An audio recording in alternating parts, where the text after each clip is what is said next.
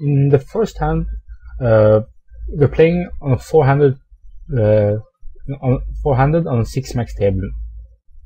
Raised standard open, and the short stack was not overly aggressive, and this hand anyway plays well in a tribute pot. It flops well, and it doesn't have the same flaws like a paired hand has versus short stacks. And the other full stack that I was playing at the same time on quite a few tables in an auto position 3-bet me.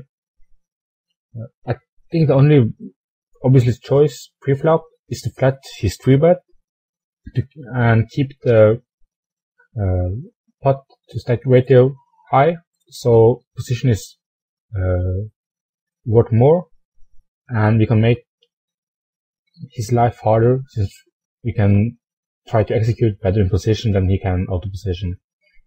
As you also probably noticed, I open for 2.5 big blind pre, and it's usually my standard on 6 max tables unless I have reasons to do others because of table condition or similar. We flop good trips, second nut kicker. We could be dead on this board or have one out versus like aces, but he has been tripping me quite a bit, and my plan is to try to get stacks in and to also keep my range intact for when I'm trying to bluff raise him on these boards. And there's quite a bit of history in paired as well, where we've been clicking it back.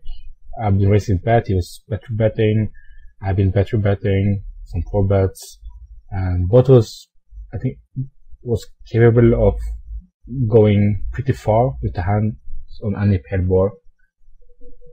The ace XX actually just make it more interesting, and especially with a flush draw, since there's more hands you can semi-bluff if you choose to bet and raise him, and not flush draw, etc. And there's more hands you can think I'm trying to semi-bluff raise with, so you might be more tempted to show a hand like a good ace, ace king, ace queen.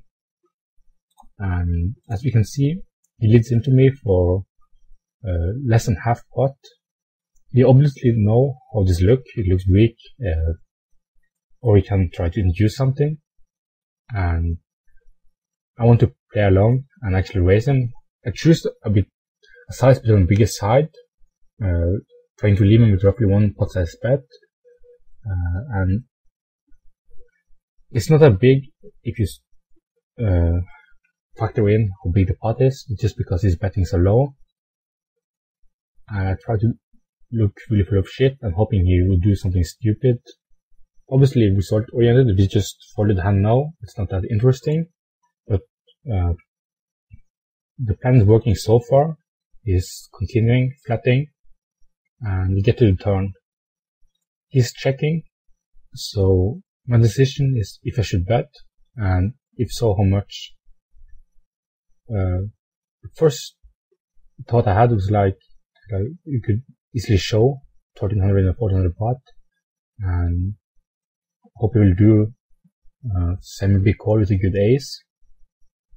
He's going to snap any 9 or better, obviously.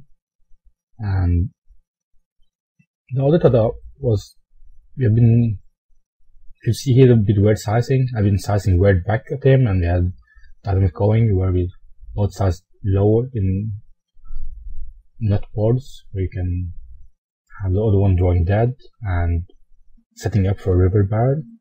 So I actually choose to do as he did and bet really low. I bet less than 1/3 of the pot. And you can accomplish 2 things: is him spazzing it in with either a drawing hand or good ace, but we also set us up for future barrels where we can actually barrel small and decide if we want to show the river in position, and jam pretty fast and obviously snap it off. And as you can see, he did it with a pure neutral draw, where he floated the flop out of position and gave me the initiative. It's obviously pretty easy to be result oriented, that if I show turn, he couldn't call possibly, so I will check fold it. The point being, in the first hand, and it's going to be in the second, is that you have to make room by sizing, especially in position, for your opponents to do mistakes out of position. And sizing, and if you go all in, sometimes takes away the possibility of them doing something stupid.